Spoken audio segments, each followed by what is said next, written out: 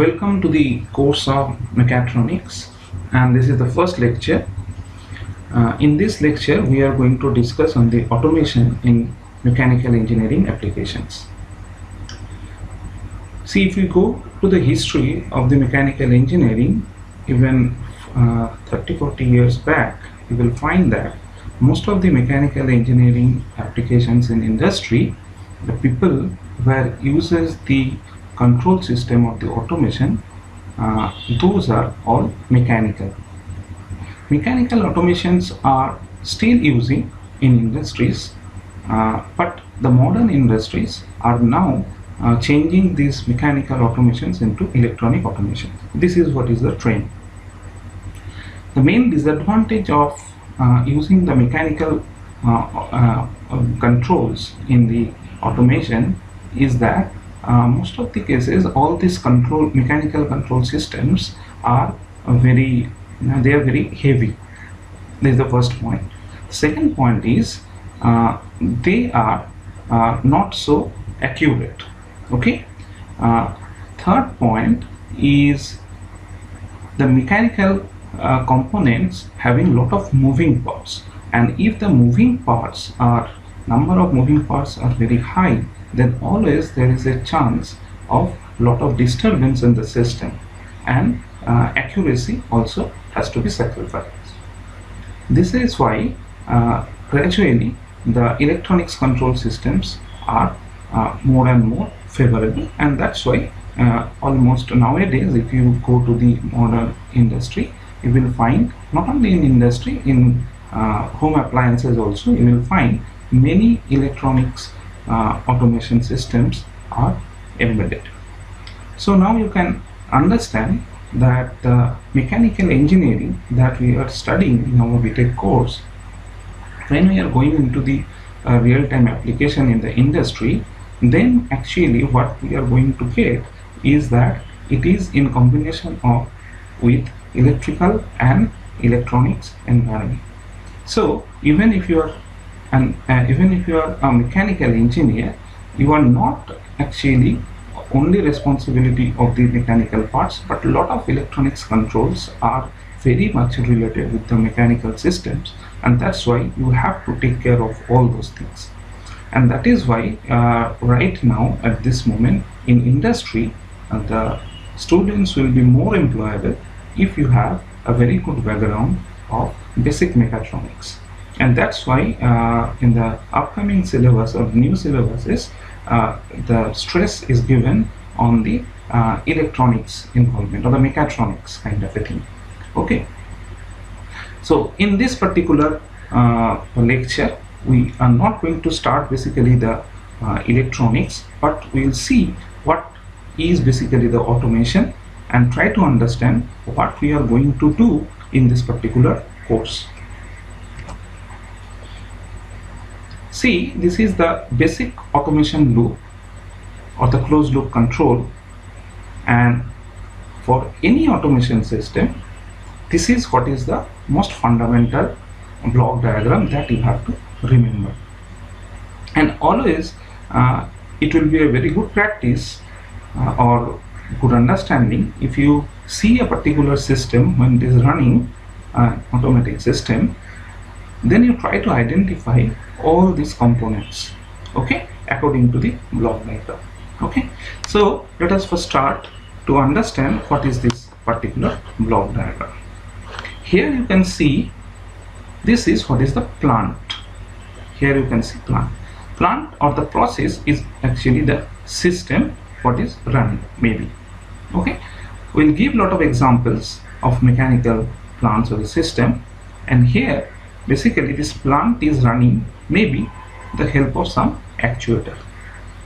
Maybe for a particular operation, certain manufacturing operation that is operated by a machine, that machine may be the plant, and that machine is operated say by a motor. So that motor will be the actuator. Okay, so actuator is giving certain signal, certain control signal to the plant, and plant is supposed to give certain final output. So basically any system should have these two components, basically the actuator and the plant. Okay, now what is the input to the actuator? Suppose you want certain output from the plant, so for that you have to do certain calculations, and based on that you give certain input. If it is a motor, then we give certain energy input, certain power, certain energy input, and accordingly based on that energy input, this motor will run at a particular speed, and ultimately plant will perform accordingly. But here everything is not end. Why? Because there may be certain disturbances internal to the plant or maybe outside environment. So there may be disturbance present within the plant, and when this kind of disturbances will take place, then what will happen? The output is going to change. But output is the thing that is ultimately the product that should have within a certain range. So you cannot sacrifice with the quality of the output, but the disturbances always not in your hand. Okay, so we have actuation, we have plant, and from the plant we'll get output, but this output, the quality of the output very much dependent whether any disturbances are present that has not been considered when you are giving certain input to the actuator.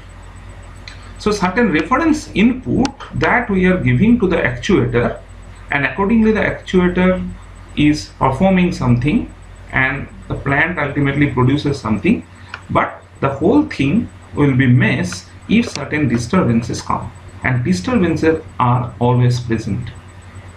Okay, so then what is to be done? Then what is actually done? Suppose we want a particular output, particular quality of output, and based on that we are giving certain input to the actuator, right? So what we have to do, we have to always check that what quality of output we are getting. So certain process variables we have to observe, and these process variables we have to measure, and in a feedback loop we have to send back this feedback to the initial level. Then we have given certain reference input, then we'll check whether our output is according to the requirement or not. If we find that our set point and the process variable are not same, then definitely we'll get certain error signal. And when we'll get some error signal, that error signal is to be is given to the controller, and in the controller some kind of controller algorithm is there, and through which the corresponding change in the actuator is to be fed. This is what is called the controller output. So controller output actually gives certain change in the actuation based on the error, and if you find that the output is exactly what was desired, in that case definitely the set point and the process variable value will be same and there will be no error, then control signal will be in such a way that the actuator is not going to change anything more than what it was supplying before. So this is what is the basic loop. This is what is called the closed loop feedback control system, where what are the components that we are getting? Here is basically kind of a comparator, where it is compared that what is the reference input and what is the feedback signal. If we get certain error, that error signal then go to the controller section, then controller do certain calculation, certain algorithm or programming is to be done, and then it will send certain control signal to the actuator to change accordingly based on the error. Okay, so then actuator will change and ultimately plant will run accordingly, so that now output will gradually go to the what was desired. So I hope you have understood this particular block diagram. Here sensor is what? Sensor is basically that those measuring devices which are basically sensing what is the output of the process variable, and that data actually sent to the comparator where it has been compared with the reference value. Okay, so now let us see some of the examples, and through those examples try to identify what are these quantities. Then the understanding will be much more clear. Okay. Here you can see the same thing basically. Here this disturbances has been shown separately. Okay. Here you can see, here is the controller where this is the set point. Here you can see the process variable is sensed. It is a measurement sensor or transmitter through which the sensed result goes here. Here it is compared. Then the control or error sent to the controller. Controller do certain calculations, okay, and send the control output, and that control output finally processed here in the actuator, and actuator finally run this process and change the process accordingly based on the error signal.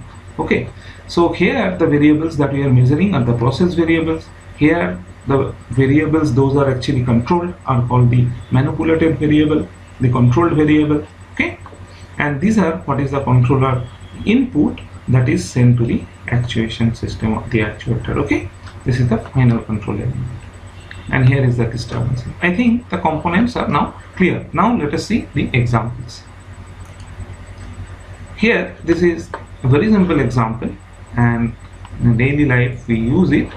So this control loop system of a flush toilet. Okay, so here you see this is what is the tank. Okay, and you know this is what is the water supply to the tank. This is what is the water supply to the tank, and when after toilet we flush, basically through this pipeline it goes there. That means the tank actually emptied.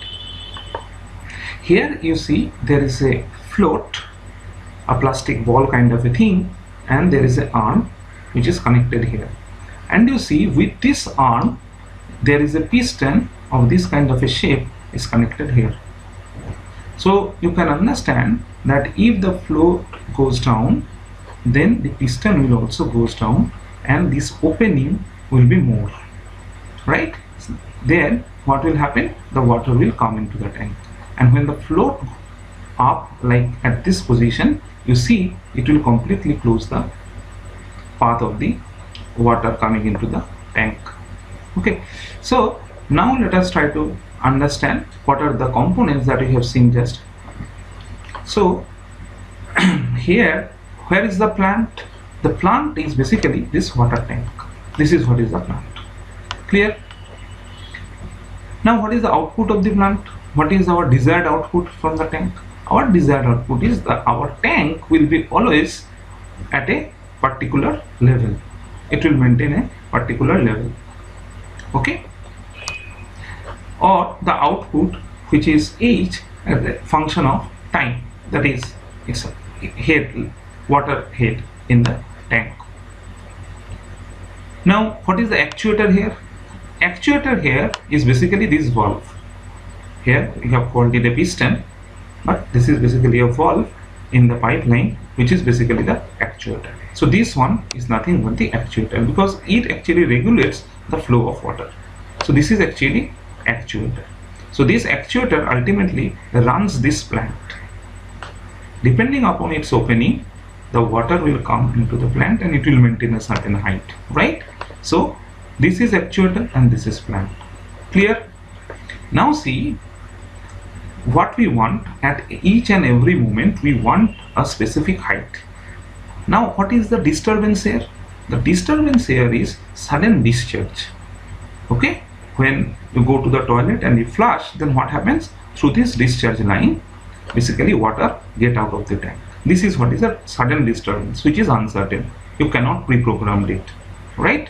Maybe your initial reference is what? Initial reference is H0, that is the position, but because of the disturbances, it is possible that suddenly the water level goes to 0 because you have flushed it. So this is what is the disturbance.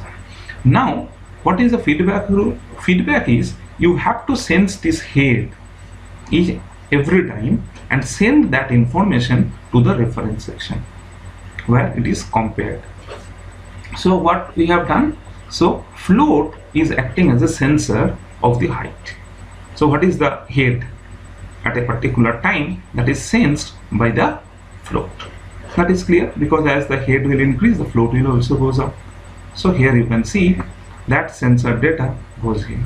Now it is compared with the desired level. Suppose the desired level is h0. We want always the head at this position. So these two are compared. If it has been found that these two are not same, that means some error is there, then that error goes to the controller. Here, which one is the controller? The controller is this particular lever. This lever is controller. What this lever is doing? This is actually controlling the movement of the valve or the actuator. So if the error is large, then what will happen? This angle will be very large with respect to this reference angle, because when suppose you have just flashed and this head will be 0, that means at that position this error will be very large and this angle will be very large in that case.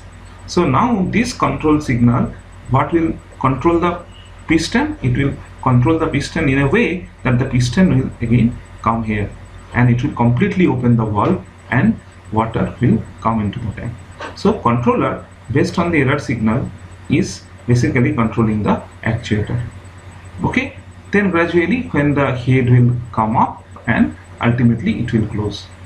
So I think you have understood this particular system, and you have also identified all the component in the block diagram, which one is sensor, which one is plant, which one is actuator, which one is controller, which one is the reference input, which one is the disturbance, which one is the output. You have identified each and everything.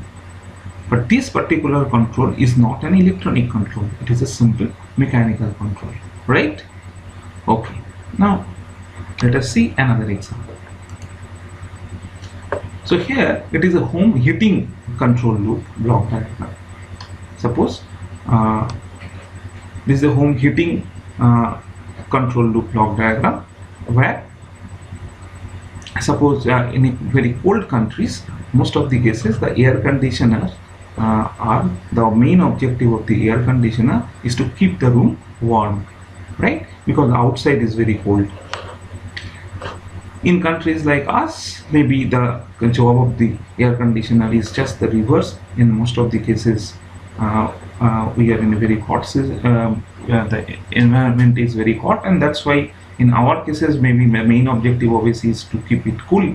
But in the cold countries, the main job of the air conditioner is heating. Okay, so here it is a home heating control loop diagram.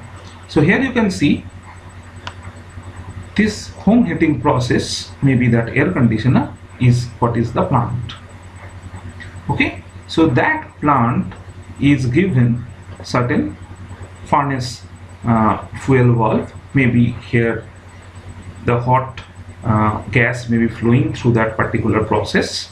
Okay, it may not be air conditioner in a way, it can be some furnace certain heated gas that is flowing, and that heated gas is controlled by the fuel that is sent there.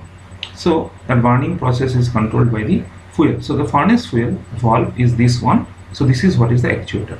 If the furnace fuel valve open more, then obviously the more gas will pass and the heating rate will increase. Okay, so this is what is the actuator ultimately control the heating process. So if you want to increase the intensity of heat, you have to open the valve more. Okay, so this is what is the actuator and this is what is the plant. Now you see, ultimate objective is house temperature, to maintain the house temperature. Maybe you require a particular set temperature which is called the set point here, and based on that so maybe a particular flow rate you have planned, but because of certain disturbances, like suppose the window is open, so what will happen? The heat from the house will go away. Okay, then this kind of disturbances may suddenly cool the internal room. Then what will happen? The temperature, the desired temperature will not be attained. So what we have to do? Then we have to do certain actuation. We have to change the actuation. Maybe if this kind of situation occurs, this kind of disturbances, like if the cold air coming into the room, then definitely we have to increase the heating level so that the desired temperature is maintained even at even the disturbances are present.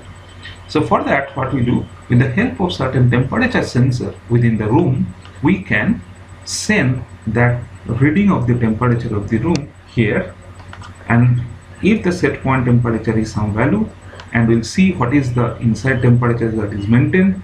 If we find certain error, then basically that error signal goes to the controller, and controller decide that how much opening of the valve is required, and that opening of the valve definitely some kind of a direct relationship with the error.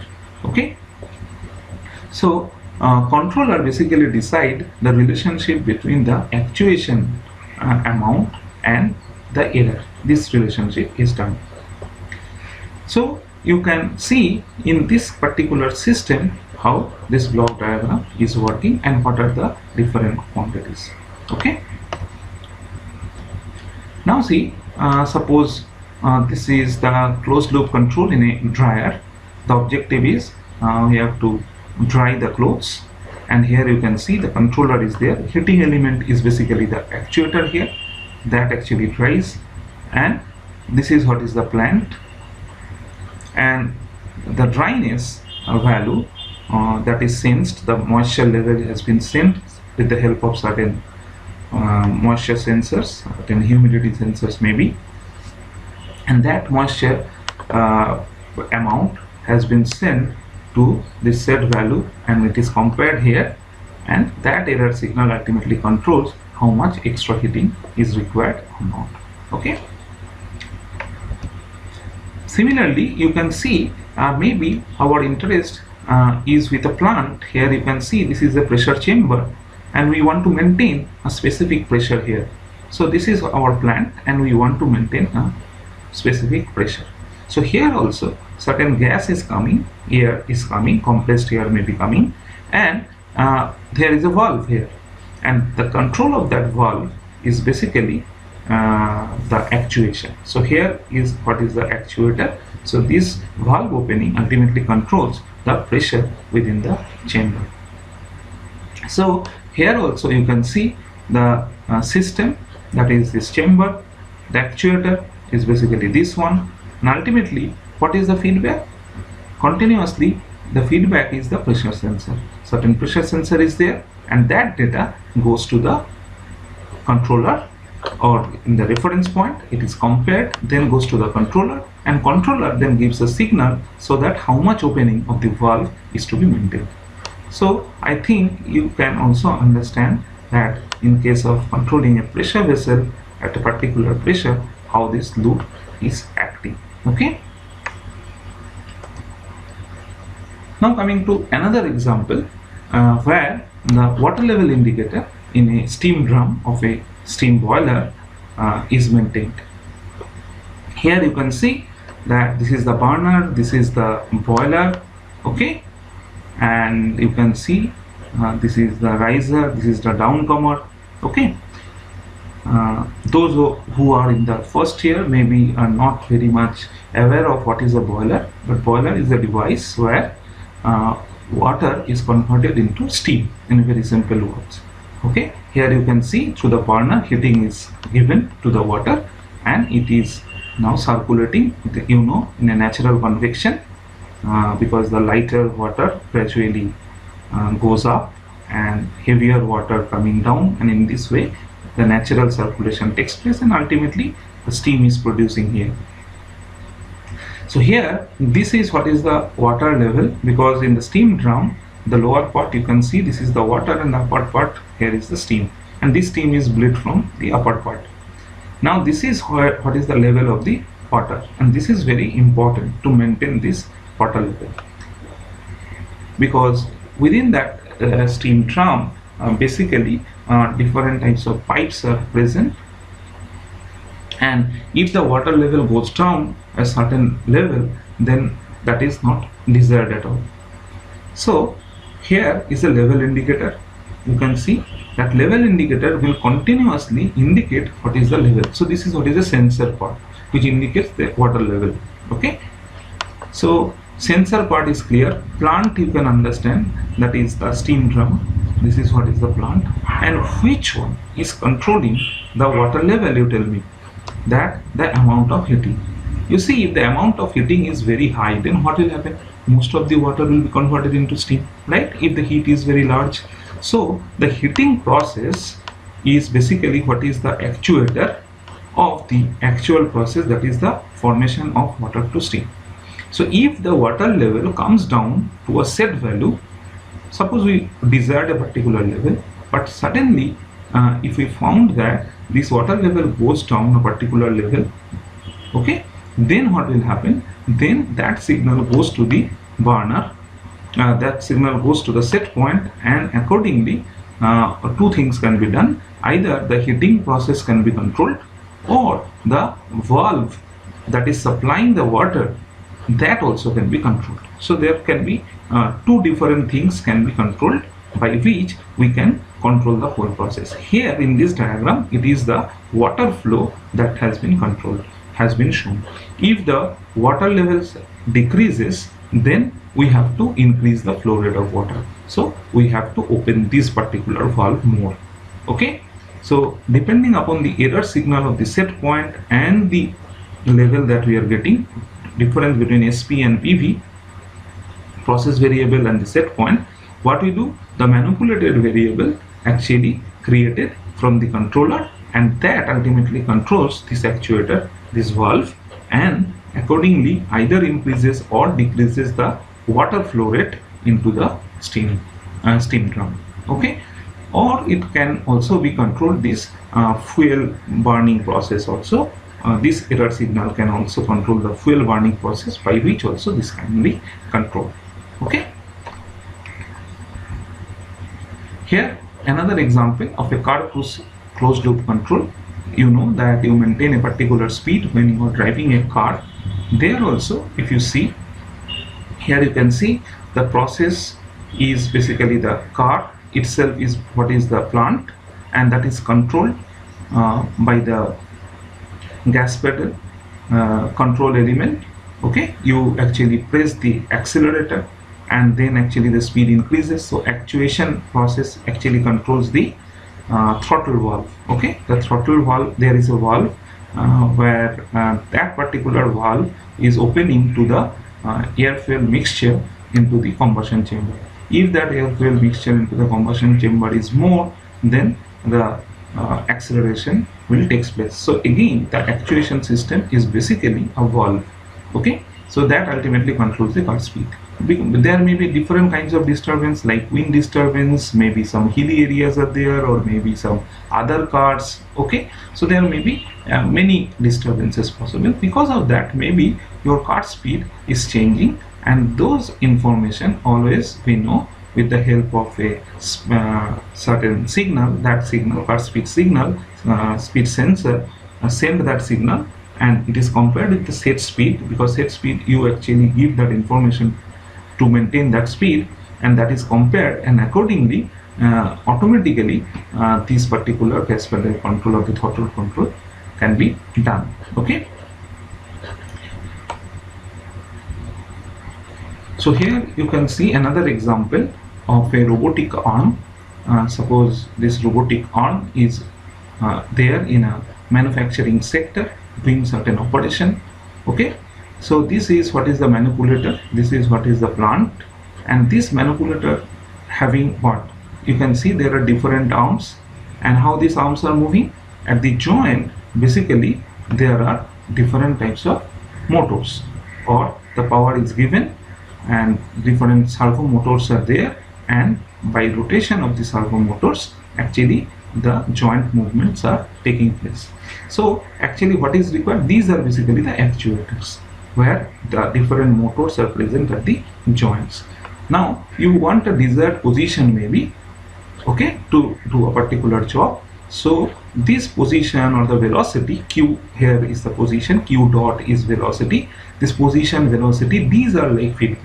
You want a desired position, you maybe want a desired velocity, but when it is not, then that error signal, then that feedback signal actually goes, and that is compared with the set values. And when that difference, that error signal actually ultimately controls that what further movement of these servo motors are required. Okay. So similar example, this is again a motion of a table that is controlled, maybe in an assembly line.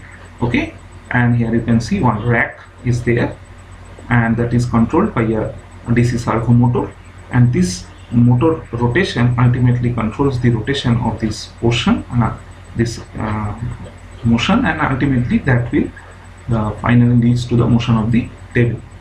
So here also the exact position of the table has been fed as a sensor, or its velocity can be fed as a sensor, and that is compared with the desired position, and accordingly the control actions can be taken. Or it can be done in that way also, the speed that is desired to maintain this control action, and that also can be fed through the tachometer. Tachometer is an instrument through which we measure the speed. So speed of the motor shaft has been taken, and that can also fade, and that is also compared, and accordingly the error signal finally control the motor input. Okay, so I think in all the automation process you always will be able to identify these basic blocks. Now I am going to show you two videos just to give these ideas once again. A very simple example of a PID controller would be the regulation of a heating and air conditioning system in a home. Although there is a lot more to the controller than this example, this will give you a basic idea of the purpose of a device like this. Say you have the temperature in your home set to 70 degrees Fahrenheit. This setting would be called the set point, or SP for short. The current reading from the thermostat is 68 degrees. This term is the process variable, or PV.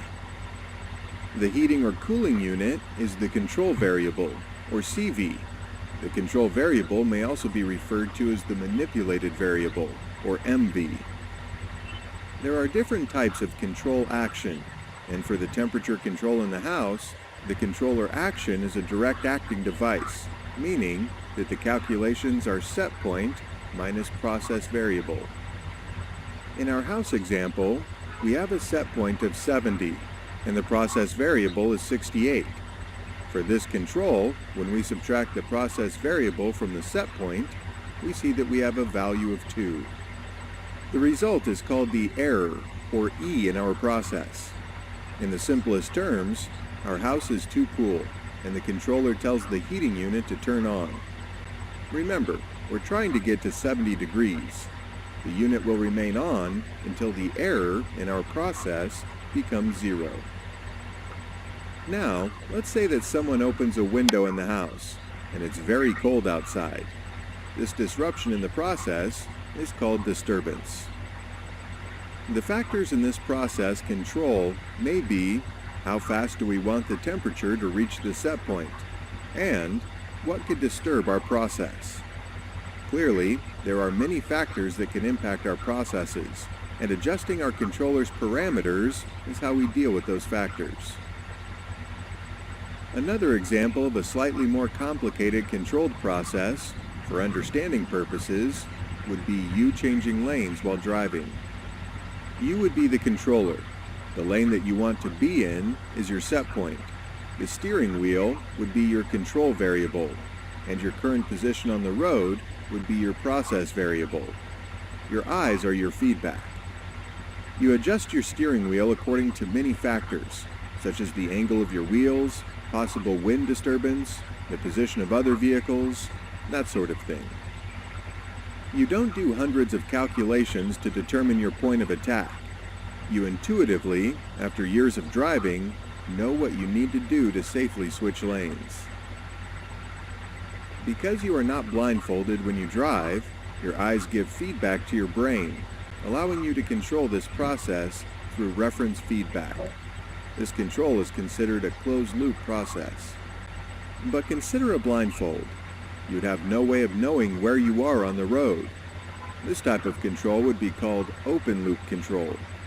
Obviously a much more difficult process to control, and on occasion, you may run into this type of control in your career. In an industrial plant, since there are many factors that we need to consider, we need a robust controller that takes our parameters into account and does hundreds of calculations to determine where the process is and where it needs to go. Say we need to control gas flow through a pipe. The set point of gas flow is calculated based on a calculation of some factors. This set point can change at any time based on the parameters used in the calculation. We will control this flow based on a modulating valve. In this case, the more open the valve, the more gas allowed to flow. The requested position of the valve is our control variable. Downstream of this modulating valve, we have a flow meter that will measure the gas flowing through the pipe. This is our feedback, or our process variable. In this example, we are going to use a PLC function block in order to control this process. So here you have seen that this particular block is called the PLC function block. Okay, PLC means programmable logic control. Okay, so here basically something is happening and it is ultimately giving signal to the actuator to perform accordingly. Okay, now let us see another very simple video. Example. Control loop feedback to ensure the output wanted is what you will get. Simply, you put a setting in the controller and it will keep the output constant based on feedback from some input, typically some kind of sensor. Something you probably encounter every day that is essentially PID control is your cruise control in your vehicle. First, you get to the speed that you want to be going. Then you set your cruise control. The cruise control sends output signals to your throttle to regulate the speed. A speed sensor provides your control loop feedback to tell the cruise if the car should speed up or slow down, or how much more or less throttle to provide. A common standalone type that we use in manufacturing and industry is a temperature controller PID. These controllers are pretty simple to use and set up. Plus, they do a great job at controlling temperatures of a variety of equipment. Let's take a look at how they work. For our example, we will look at a PID controller that controls the temperature of heat tracing on process piping. First, we need to enter a set point, 200 degrees Fahrenheit for our example. Now, the controller will give a signal to the output to start heating up the heat tracing. The control loop feedback is in the form of a thermocouple to read the temperature. For our example, the PID controller can work as an on-off control for the heat tracing. Along with the set point of 200 degrees, we will set the controller at a couple of degrees above and below 200 as well. When the thermocouple reads 202 degrees, it will turn the heat tracing off. When it reads 198, it will turn it back on. This is the simplest form of PID control. We also have the option of setting up a PID controller with a PLC. Instead of the standalone unit, we can use the input and output cards already on our PLC. The process variable, or control loop feedback, would be wired to our input card and programmed into the PID. Our output being controlled is wired to our output card. The PID and the PLC can do all of the math and make the decisions based on the variables and set points. No matter which way you decide to set it up, a PID is an excellent choice for an automated process. Let's look back at today's information. A PID controller is a proportional integral derivative controller. It can keep an automated process, like temperature, pressure, or flow, constant for you automatically. PIDs use a control loop feedback or process variable to monitor where the output should be. These usually come in the form of sensors and meters. PIDs come in many different forms, including standalone units and PLC programming. We can use our input and output cards along with programming software to set up a PID. Okay. So you have heard many terms that probably you have not heard, like PID controller. You have seen this is a kind of controller which is very common in industry, but in this particular course we are not going to much detail of this PID controller. But what we are basically going to do, that this part and this part, basically we will focus in the controller part of the controller part, sensor part, plant, everything will take into care, and how this controlling action actually done at the hardware level, that we'll see. So we'll try to make the connection, we'll try to make this kind of a circuit, may not be such a large scale, maybe in a simpler scale, we'll try to do this thing, and we'll see what are the softwares by which this thing runs. So this is what is our objective of this particular course. Okay, so thank you.